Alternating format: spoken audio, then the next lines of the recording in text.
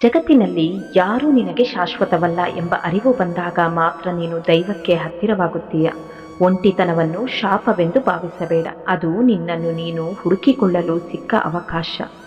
ಅನ್ಯರ ದುಃಖಕ್ಕೆ ಕಾರಣವಾಗುವ ಮುನ್ನ ಒಮ್ಮೆ ಯೋಚಿಸಿ, ಯಾಕೆಂದರೆ ಮತ್ತೊಬ್ಬರ ಅತಿಯಾದ ಸಂತೋಷವನ್ನು ಕಸಿದುಕೊಂಡ ಕರ್ಮಫಲ ಘೋರವಾಗಿರುತ್ತದೆ.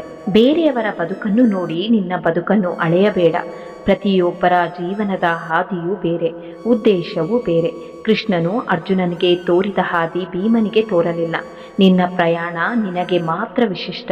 ನಿನ್ನ ವೇಗದಲ್ಲಿ ನೀನು ಸಾಗು, ಪರಮಾತ್ಮ ನಿನ್ನ ಜೊತೆಗಿದ್ದಾನೆ.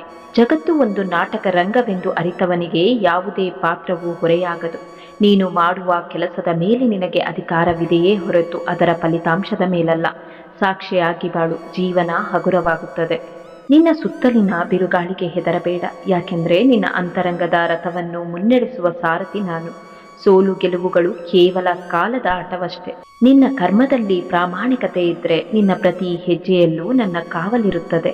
ಸಮುದ್ರದ ಮೇಲೆ ಬಿದ್ದ ಮಳೆ, ಹೊಟ್ಟೆ ತುಂಬಿದವನಿಗೆ ನೀಡಿದ ಆಹಾರ, ಶ್ರೀಮಂತರಿಗೆ ಕೊಟ್ಟ ಉಡುಗೊರೆ, ನಡು ಹಗಲಿನಲ್ಲಿ ಹಚ್ಚಿದ ದೀಪ, ತಪ್ಪು ವ್ಯಕ್ತಿಗೆ ಕೊಟ್ಟ ಪ್ರೀತಿ, ಇವೆಲ್ಲವೂ ವ್ಯರ್ಥ. ಕರ್ಮ ನಿನ್ನ ಅಧಿಕಾರ, ಫಲ ಅವನ ನಿರ್ಧಾರ. ಸಾರಾಂಶ, ನೀನು ಕೇವಲ ಶ್ರಮದ ಮೇಲೆ ಗಮನವಿಡು. ಪ್ರತಿಫಲದ ಚಿಂತೆ ನಿನ್ನ ಕೆಲಸದ ವೇಗವನ್ನು ತಗ್ಗಿಸದಿರಲಿ.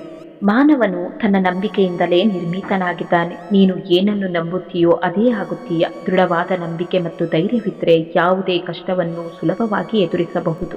ಫಲದ ಅಪೇಕ್ಷೆ ಇಲ್ಲದೆ ನಿನ್ನ ಕರ್ತವ್ಯವನ್ನು ಮಾಡು, ಪ್ರತಿಫಲ ತಾನಾಗಿಯೇ ದೊರೆಯುತ್ತದೆ. ಕರ್ಮವು ಸಾರ್ವತ್ರಿಕ ಕಾನೂನು. ಇವತ್ತು ಆಡುತ್ತಿರುವವನು ನಾಳೆ ಅದೇ ಆಟದಲ್ಲಿ ಸಿಕ್ಕಿ ಬೀಳುತ್ತಾನೆ. ಮಂಜು ಮುಸುಕಿದ ದಾರಿಯನ್ನು ನೋಡಿ ದಂಗಾಗುವ ಬದಲು ನೀನು ಮುಂದಿಡುವ ಒಂದೊಂದು ಹೆಜ್ಜೆಯ ಮೇಲೂ ನಂಬಿಕೆ ಇಡು. ಪರಿಸ್ಥಿತಿಗಳು ನಿನ್ನ ಕೈ ಮೀರಿದಾಗ ಆ ಭಾರವನ್ನು ನನಗೆ ಒಪ್ಪಿಸಿಬಿಡು. ನಿನ್ನ ಪ್ರಾಮಾಣಿಕ ಪ್ರಯತ್ನಕ್ಕೆ ಬೆನ್ನೆಲುಬಾಗಿ ನಿಲ್ಲುವುದು ನನ್ನ ಜವಾಬ್ದಾರಿ. ಯಾರು ಎಲ್ಲ ಆಸೆಗಳನ್ನು ತೊರೆದು ಮಮಕಾರ ಮತ್ತು ಅಹಂಕಾರವಿಲ್ಲದೆ ಬದುಕುತ್ತಾರೋ ಅಂಥವರು ಮಾತ್ರ ನಿಜವಾದ ಶಾಂತಿಯನ್ನು ಪಡೆಯಲು ಸಾಧ್ಯ. ನಾನೆಂಬ ಅಹಂಕಾರ ಅಳಿದಾಗಲೇ ಭಗವಂತನೆಂಬ ಸತ್ಯವು ಅರಿವಾಗುವುದು. ತಲೆ ಬಾಗುವುದು ದೌರ್ಬಲ್ಯವಲ್ಲ, ಅದು ತುಂಬಿದ ಕೊಡದ ಲಕ್ಷಣ. ಮರ ಎಷ್ಟು ಎತ್ತರ ಬೆಳೆದರೂ ಬೇರು ನೆಲದಲ್ಲೇ ಇರಬೇಕು. ಅಹಂಕಾರ ಬಿಟ್ಟು ಬಾಗುವುದನ್ನು ಕಲಿತವನಿಗೆ ದೈವತ್ವ ಬಹು ಬೇಗ ಒಲಿಯುತ್ತದೆ. ಇಂದ್ರಿಯಗಳ ಸಹಾಯದಿಂದ ಮನಸ್ಸು ಚಂಚಲವಾಗಿ ಅಲೆಯುವುದು ಅದರ ಧರ್ಮ.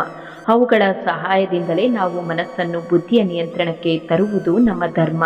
ಹಳೆಯ ನೆನಪುಗಳ ಗಂಟು ಕಟ್ಟಿ ಕುಳಿತರೆ ವೃದ್ಧಾಪ್ಯ ಭಾರವಾಗುತ್ತದೆ. ನಾಳೆಯ ಚಿಂತೆ ಅತಿಯಾದರೆ ಯೌವನ ವ್ಯರ್ಥವಾಗುತ್ತದೆ.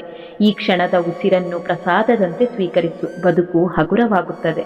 ಒಳ್ಳೆಯವರಿಗೆ ಯಾಕೆ ಕಷ್ಟ ಬರುತ್ತದೆ ಎಂಬ ಪ್ರಶ್ನೆಗೆ ಉತ್ತರ ಒಂದೇ: ಬೆಂಕಿಯಲ್ಲಿ ಸುಟ್ಟಷ್ಟು ಚಿನ್ನ ಶುದ್ಧವಾಗುತ್ತದೆ. ನಿನ್ನ ಪಾಲಿನ ಕಷ್ಟಗಳು ನಿನ್ನ ಹಳೆಯ ಕರ್ಮವನ್ನು ಕಳೆದು ನಿನ್ನನ್ನು ಪವಿತ್ರಗೊಳಿಸುತ್ತಿವೆ ಅಷ್ಟೇ.